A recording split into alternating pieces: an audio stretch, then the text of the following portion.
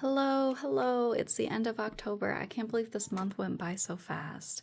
But I think it's been a really good one. And I just wanted to show you the decks that I picked up this month. And I know it's not that exciting of a haul because there's not that many, but for some reason I feel really proud that there's only these two because this is literally the only decks that I've bought this month, and I really cut down on my spending, and I'm just very proud of that. It's something that I really wanted to work on, and it's making me feel good.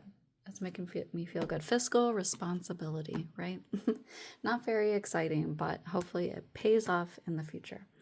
And oh, my incense is about to burn out, I think, but this is my favorite little incense. It's um, this. I've not seen it at any metaphysical shops, so I don't think they usually pick it up. They're little matchsticks, and I think there's a different company that has. One lady told me that a different company has. Oops. The patent on this mechanism in the United States, so these have to be imported, and that's why they're more expensive. I picked it up accidentally, kind of, at the register of a novelty shop near me, and I didn't have the courage to tell the checkout person that I didn't want it after she rang it up, and I about choked because it was like $10 or something. But I was happy that for once that I was a coward, because when I got home and lit it, it smelled so good. I don't really know how to explain it. It's like it says oak moss on it, and I have seen that in like colognes and perfumes and lotions before, so you might have smelled it before, but it smells like, I don't know, I guess the only way I could explain it is maybe like a rich, handsome, well-dressed boyfriend. Like it smells like a really good man's cologne, but like, not that I want a man in my house, but like, you know what I mean? It smells good. Okay, I like it. Anyways, moving on to the relevant stuff.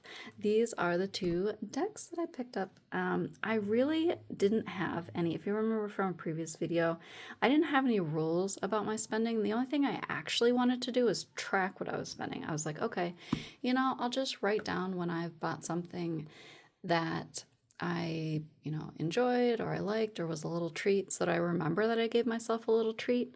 And then maybe in the future I'll be like, oh, well, I just got myself that the other day and I really liked it. Or, maybe if it's not like an actual treat, like a coffee or pastry or something, I can use it and enjoy it in future days instead of purchasing more. Or maybe if I'm anticipating that, oh, I have this event coming up or something like that, I'm really going to enjoy that. I don't need to spend any money right now. Maybe that would cut down, right? Well, it worked way better than I thought it would. I ended up just kind of postponing that immediate impulsive spending and didn't really end up doing it. So at the end of the month, I was like, okay, there are some new things at the local store near me that I would like to pick up. I'm interested in them. They've been on my wish list, and my store finally got them in, so I would get these two decks. And I will say that I think an additional thing that helped me out is, I've mentioned it before, I'm probably going to get really annoying saying this. I would like to, at some point, buy a house by like next year. So I probably won't do it until a year from now, but I want to save up from that. And I think that looking at the numbers and looking at what's available in my area, it does seem possible. And I think that hope, which I haven't had in the past because I just kind of assumed it was out of my reach, I think just knowing that it might be possible is really helping me dedicate myself to not do that sort of extraneous, like extra spending like I was doing before. So I never really tracked it before. I was buying, I have a lot of decks, and I was probably buying, I mean, I don't know what like the average amount was, maybe 4 or 5, which means sometimes it would be more than that per month. Or, and not even just decks, I was spending on other things as well when I kind of didn't need to, just like a little stuff here and there. But yeah, so these are the two decks that I wanted to pick up. And one other thing that's made it a little easier too is that I already have a lot of decks.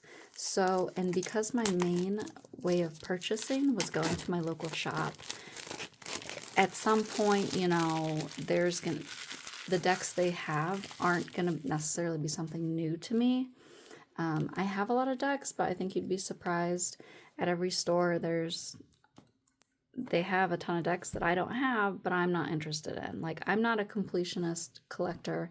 I don't want every deck out there. If it's very similar or, you know, just not attractive to me, you know, based on the other decks that I have, I'm not going to pick it up, right? Like, there's no reason. So, you know, we're getting to the point where there's not as many additional decks that I want at my local stores. For example, when I went in this time, I was very interested in these two, and there were two additional decks that I thought I might want as well. They were the Unfolding Path, which is a tarot deck, and the Star Codes Astro Oracle. So I decided against getting those. These two were pretty unique. They'd been on my wish list. I was interested in them. The other two were also on my wish list, but the Unfolding Path is kind of a standard RWS. It has a really diverse imagery in it, and so I like it for that reason. But when it comes down to it, is it something that I need urgently? Is it something that I really needed right now? I kind of decided no on that one. And for the Star Codes Astro Oracle, it's kind of what it sounds like. It's just, you know, it's an oracle that incorporates astrological elements. It looks cool. I like it, but again, it wasn't something urgent. And the way that I think I'll move forward, like when I'm shopping in physical spaces, is I'll think about what's on my wish list. And my wish list is pretty long. I think that's now going to be kind of the determiner of what I pick up or not. So if I go into a store and I'm like, oh, that's a deck I recognize, I'm interested in that, I'll kind of stop and I'll think, well, you know, it's on my wish list and I like it, but is there something else on that list that I would like more? And usually the answer is yes. So that's kind of a way of getting me to stop from spending right at that moment, you know, in that second while I'm at the register and can get them in my hands, right? So because I don't have a problem with ordering online, so that's not really something that I have to contend with. And if I hadn't found these decks, like if there wasn't anything at my local store that I was interested in, I think my next step would be, you know, maybe at the end of the month, if I haven't done any tarot expenditures, maybe I could look at my wish list and pick up something I've been wanting for a while. And maybe something that I can order directly from the publisher, or maybe I can order it from, you know, because some bookstores do also carry tarot decks, so maybe I can order it through them, or maybe order it directly from a creator themselves, because I don't want to use Amazon. So that's kind of what I'm avoiding. So anyways, let's go ahead and get into this. This is one I've really been interested in, this Mindscapes Tarot. So I was very happy they got it in. I'm a person who loves landscapes. I love nature, and this one just looked really unique. I think it might have been indie before it went mass market. I'm not certain though. So we've got kind of a papery, cardboardy feel. It's not like US Games, you know, playing deck type feel. And this is, I think, a hay house. Yeah, hay house. But yeah, oh, okay.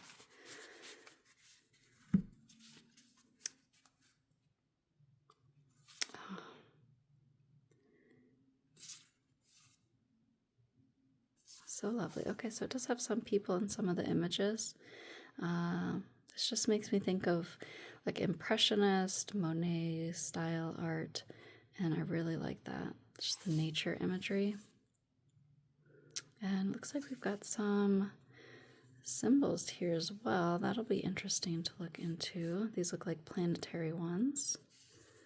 I'm starting to learn those at least a little bit better now. Like I think that's Gemini, right?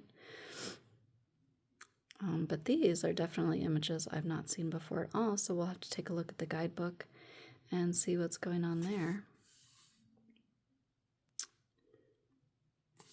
Very cool. Yeah, I love a good landscape. Can't go wrong with that. Yeah, these majors are really beautiful. And I'm liking the color palette too. It's pretty, like, it goes together, but we've got, you know, we've got pinks, blues, greens, real like orange focus cards. I think this could also be kind of a good deck for those who like color theory, since a lot of these are kind of single color focused. Oh wow, that's lovely. Still got the wolf in the background there.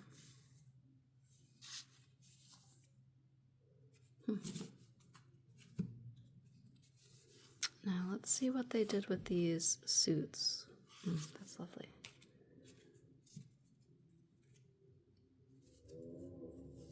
Because the one thing I thought was maybe a little bit pippish was some of the suits.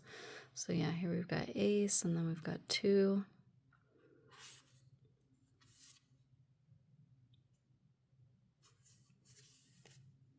Yeah, so I'll have to study these more closely, but yeah, you could see a little. I mean, it's got other little clues, other little things going on here.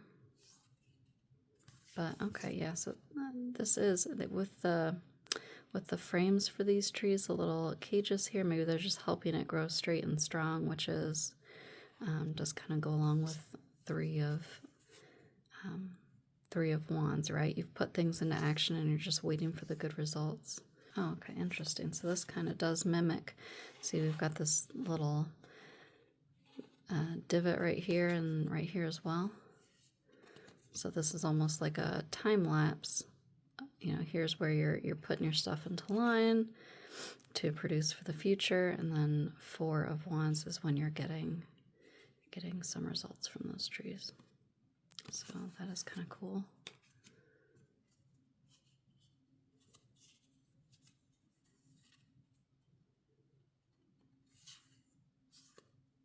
Yeah, I don't think this would be a good deck for beginners, just because I think it's a little easier if you already know the meanings of the cards when you come to this. Because it's almost a little bit pippish, but I think it's a very unique pip for sure. And I really love the imagery, so I don't have any issues with that. It's kind of cool, almost looking down from a tree house. Very interesting perspectives on some of these for sure. I never saw the indie version. I've not really ordered anything off Kickstarters or anything like that, so I'm not as familiar with those. And it looks like the water cup suit is going to be actual like ocean scenes. These are quite lovely. So we've got more blues and reds and purples in this suit. And then that makes me think, because we're dealing, this is the wand suit. We've got fire in this one, but I'm not really thinking of fire in the rest of these, so I'll really have to think about the element that's associated with them and whether that kind of changes with this deck. 6 of Cups.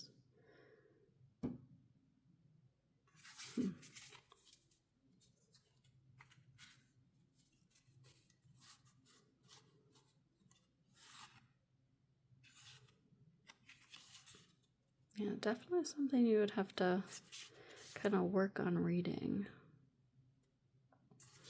I might make this my daily deck for next month. I think it would take a little bit of study.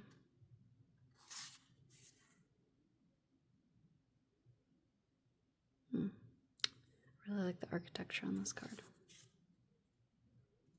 Okay, this is the one. I did see the suit of swords, which is spires in this deck. I did see this, and this is the only one where I was like, this might be pippish enough to give me pause, but I liked the rest of the deck enough. I was like, well, I'll just give it a shot and try it out, because once you get this interesting with the broken bridge, I like that imagery, because once you get to like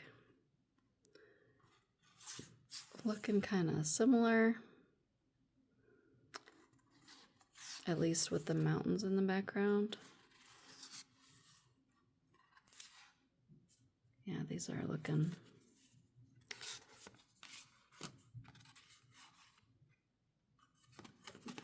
Yeah, this gives me a little pause here. These are, you know, it's kind of depending on color a lot in here. They look very similar. So I don't love that. Oh yeah, and then here we got another one. Yeah, these are a bit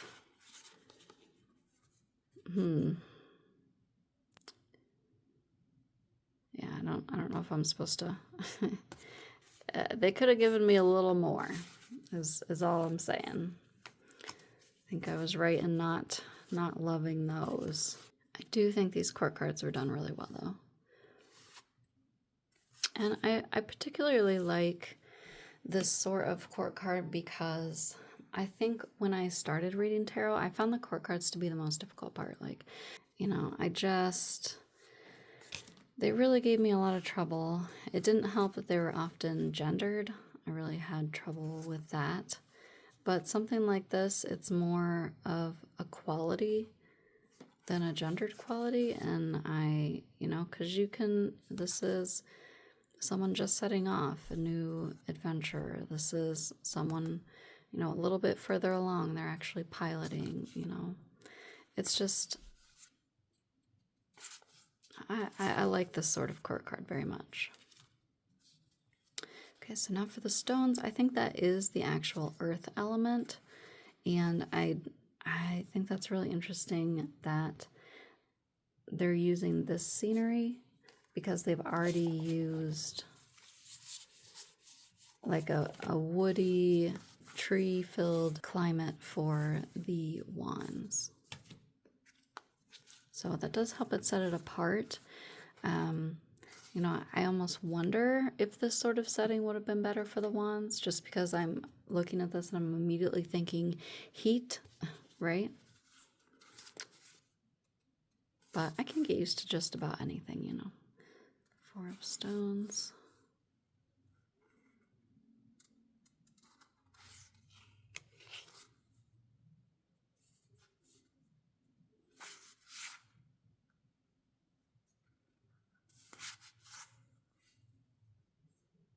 Oh, I like this Eight of Pentacles.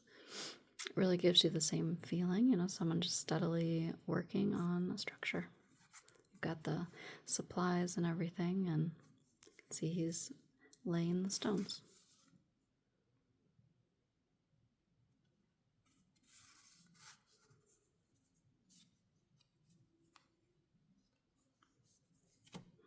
Curious about this one. Let's use this as our example to see what the guidebook is like, because it's very different, because a lot of the Ten of Pentacles involve like family or home scenes. So, I'm curious what they'll say in the guidebook for this one. Ooh, Page of Pentacles. I really like this imagery. It does make me think scholarly in a way that I would associate with the Page of Swords. But I can see where they're going with this. They're like building diagrams. So I think it's just saying that this is a conscientious person who's hardworking, paying attention to the details. Interesting stuff. Having someone writing. We have someone cleaning out the stables. You can see maybe like a bridle here. So he hasn't even gotten started writing yet. He's, doing the work of taking care of the horse. Slow and steady, like the Knight of Pentacles. Queen of Pentacles, like a luxurious area. I do love that one. And the King of Pentacles, kind of counting up the money, keeping the books straight, that sort of thing. Interesting. Yes, I am very happy with this pickup. I don't love the the sword suit. Like I showed you, some of those are a little too similar. If I'm feeling really daring, maybe I'll do some line art on those. Add some details or something, but yeah. So let me see. I am telling this story as the voyage of a stowaway on a sailing ship, each card representing a stop along the way towards some final, fantastic, unknown destination. The back. You know what? I don't even think I looked at the back. Oh, I really didn't. These are pretty backs, and I like it. And I don't think that it's an actual image in the deck. It kind of looks like one. I don't hate it, and it is pretty. I do prefer something that clearly looks like a backing design, because I don't really want to be thinking about an image, if that makes sense. Like, I don't want to be thinking about something that looks very similar to a card in the deck. But it's not as bad as decks that have an actual card image on the back. I hate that. That drives me up the wall, because then I'm thinking about that card when I want my thoughts to be neutral while I'm shuffling. So, ooh, okay, yeah, all right. So it does say that color is of utmost importance here. No color is used without consideration. So this really would be a good deck for someone who wants to learn to focus on colors, or who is already, very attuned to colors and likes reading in that way. We've used a lot of symbology, which will be nice. Hopefully it's mentioned in the card descriptions. Yep, each suit has a particular landscape. I wondered if they were sigils, but was unsure. So while working with this deck, you will notice small sigils on the major arcana cards. In the bottom left-hand corner, you will find a sigil for the card's astrological correspondence. And along the card name, you will find my own shorthand sigils for each archetype, developed during his own personal rituals and meditation. Okay, at the lower right-hand corner of the image. Oh, okay, I see. So this one is the same on all of them and is from the artist's signature, just created with his initials. That's kind of neat. It's probably a fun activity to do with your own initials. I never thought about that. And then this is an actual sigil that he's created for each archetype of the major arcana, which is really neat. I've not worked with sigils before, but it's something I've seen other videos about and have been interested in for the future. Yeah, they've got they don't have too many spreads in here, but that I have a million guidebooks and a million books. I'm not super concerned. This must be all the sigils. Very neat. So let's see.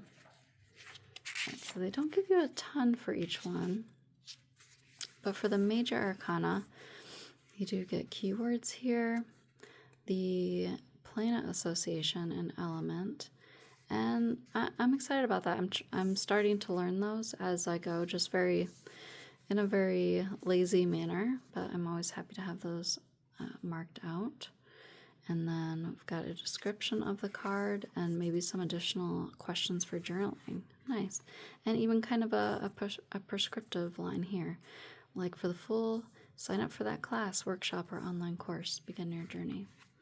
And I like that they've mentioned the symbols that show up in the card as well. And you can kind of go off of those.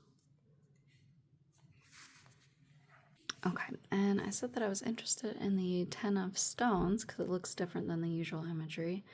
And I really like this. This made me very excited for this deck, because here we're going with legacy and inheritance, lineage, investment, passing the baton, which maybe that is the common meaning of it. It's just not, I kind of think of it as like the Happy Families card or something.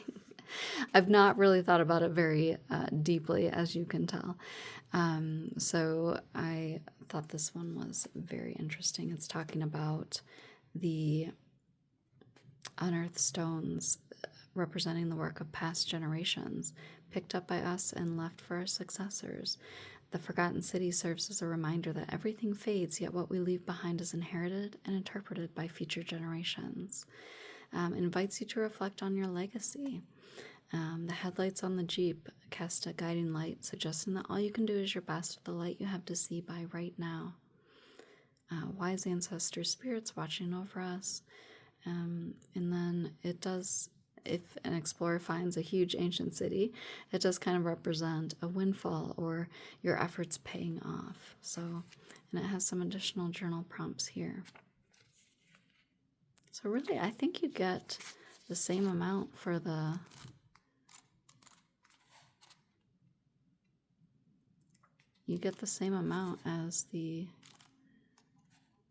as for the majors. It almost seems like it kind of prescribes maybe an action for the majors, and then the minors is journal prompts here. Because the majors have a heavier weight in a reading. So that is very cool. Yeah, that is the Mindscapes Tarot by John Rice. And I'm very pleased with that. No regrets. Oh, and this box is pretty too. Look at the inside. It's a nice image. Yeah, this one has been around for a while, and I've been interested in picking it up. I really like the imagery in it, and I'm not entirely sure of what I'll use it for, because I don't know if I would use it as a regular deck. I think I might use it more as cards just to sit around to kind of reflect what I'm feeling, or to flip through to figure out what I'm feeling, if that makes any sense. I don't know if I ever described this very well. Basically, it's a whole oracle deck about the menstrual cycle, I guess, if that's a name that encapsulates, what your hormones might be doing at any point during the month. I will say that it's only very recent, kind of when it started showing up on social media sites where people would talk about different phases of the cycle. I mean, I knew about the actual menstruation part, of course, but I really had never been taught about the other phases, like the follicular, like the luteal, the other weeks during the month where there are generally certain things going on with hormones. And I thought that was so interesting, and it really fit into how my energy changes throughout the month, because I have times where I am very, very tired, and I have times where I am very, very energetic. And in the past, I've really been hard on myself about that. So during a time of the month, which I later learned was kind of a phase that you could track, I think it's follicular phase, I would have good energy. I would be motivated. I would be, proactive. I would do things. Maybe I would make plans for myself. And then, of course, the plans I would make for myself would be for myself later in the month, where maybe I'm in the luteal phase or something like that, when I'm tired, when I'm fatigued, when I don't have as much energy. And so even just learning that that's a cyclical thing, it's something that I can plan for. It's not that I tried and failed yet again. It's more just, well, you're going to be tired this week, so either you need to, make sure you get good sleep that week, make sure, start the morning with some caffeine, because you're going to be tired and things are going to be really, you think it's going to be a little slower that week. You're not going to be as motivated. And, if you can prepare for that, I think it's much better, and I've been much less hard on myself since learning that. So when I saw that there was a deck that just kind of, had imagery related to those different phases, and even some specific cards about them, I think I was very, very interested in picking it up. So like I said, I'm not sure if I would shuffle and pick from this deck like a normal one. I think I might just kind of follow through and use it to track my month. Just keep a card out that kind of reflects how I'm feeling or what stage I'm at, right? As a reminder to, hey, this is a great week to go for it. This is a great week to make some plans for yourself. But remember, next week probably not going to be as active. You're not going to be as go get 'em. So, be easier on yourself. Maybe schedule a little bit more rest, or just don't expect yourself to keep up the same pace, right? So, and this artwork is exactly what I like. I love this artwork. I think it's really beautiful. Some of them are, well, they're kind of wild, like this one. It's the menstruation card. I think you can kind of imagine what's happening there. I don't know if YouTube wants me to show that. But yeah, so here we've got follicular phase. It's a person who's out and growing things under the light of day, feeling great. And then ovulation. Yeah, ready to party. And then luteal phase. It's time for bed. And so, I don't know. It was really useful for me to learn that information. And so, I don't know. I was interested in a deck like this. Like I said, it might just be for kind of talisman purposes to set up on an altar or just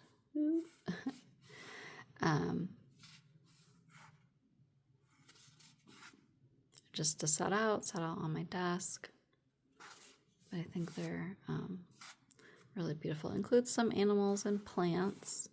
I'm not sure of why they're included. I'll have to go through the guidebook for those cards. Oh, I don't even like bears, but that's really cute. I didn't see raspberry leaf in the plants. I will say I usually drink raspberry tea if I'm having like cramps or something like that that's uncomfortable. It's helped me out a lot. So if you have anything that you like to take during that time, apart from my doll, which I also like to use, it's got pain relief and caffeine, very important things. Let me know in the comments.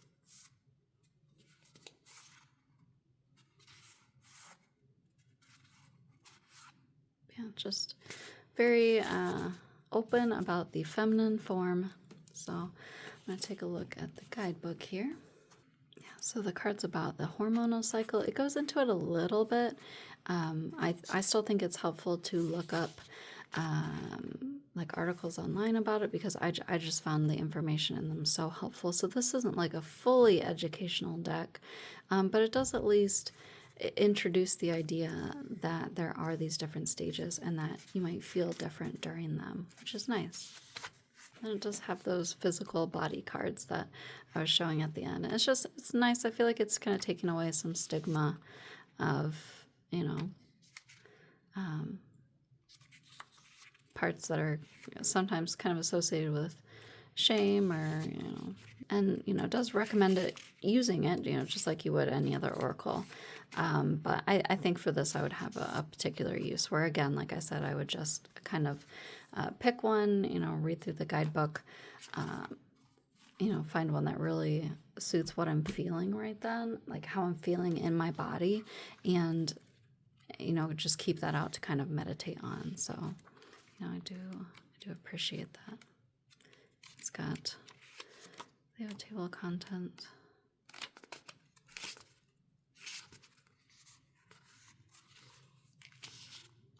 Okay, yeah, so here are the different types of cards in the deck. They've got the celestial ones, like the crescent moons and things like that, eclipses and all that. They've got seasons, which I appreciated as well because they talked about, how your mood might fluctuate during those seasons. Where winter, you might be more tired, especially with the lack of daylight, things like that. It's just a time for rest and regeneration, which I can always use that reminder because I know I'm always coming out of winter feeling like I haven't gotten much done, but you just don't have as much energy as you do in spring and summer. You really don't.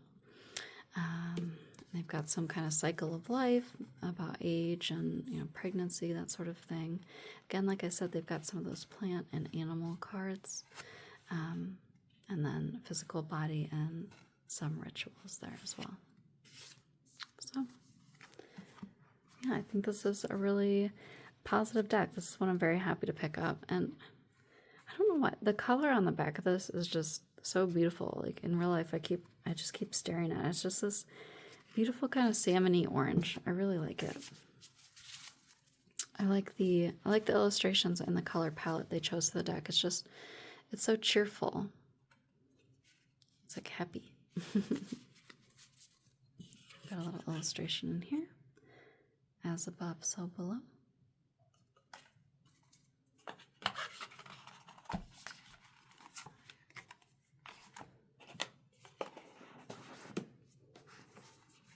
Yeah, so that's all I've picked up for this month. That's it, just these two. And hopefully I continue like that in the future. I'll be saving up for probably the next year, I think. I'm even doing some stuff around the house to, you know how when people talk about feng shui and they talk about preparing yourself and your environment to invite in the good things that you want to have, like, you know, cleaning your house and taking care of it when you want to move to a new one.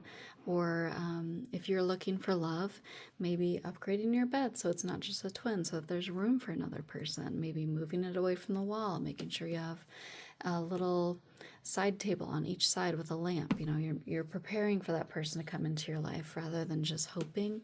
So I'm kind of doing the same thing. Like it might seem a little early, but apart from my tarot area, like my desk that I really like to stay decorated and beautiful, I've actually started doing like deep cleaning on the rest of the house, like decluttering and even kind of taking stuff off the walls, because I'm renting, I've put a ton of stuff on the walls.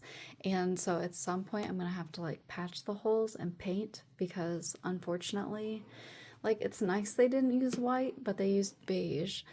And I don't know that there's a hole filler that will match exactly. So I think I'm going to have to get a little tub of paint and paint over it. So I just kind of want to do that over the next year so that when the time comes, I'm ready to pack up and go. Like any extra stuff is already packed and all the decor type items are packed. And yeah, so even if I can't, you know, seal the deal with an actual home next year, I did find a place that rents for, and get this, it's great, it's $760 a month, an apartment complex. So I haven't seen those numbers since maybe back when I was in college. So I'm in the Midwest. Luckily, rent and homes are cheaper here than if you are like LA, Chicago, New York. But even I haven't seen rent that low in a long time. And it was a pretty area. So I think even if I can't find a home, I might look around at other rentals and see if I can save even more money that way and really make it happen for myself. So we shall see. We shall see. But hopefully, yeah. If you are saving money in any particular way, or if there's a way that you limit your tarot spending, let me know in the comments. I'd love to hear from you. So, all right, that's all. Bye.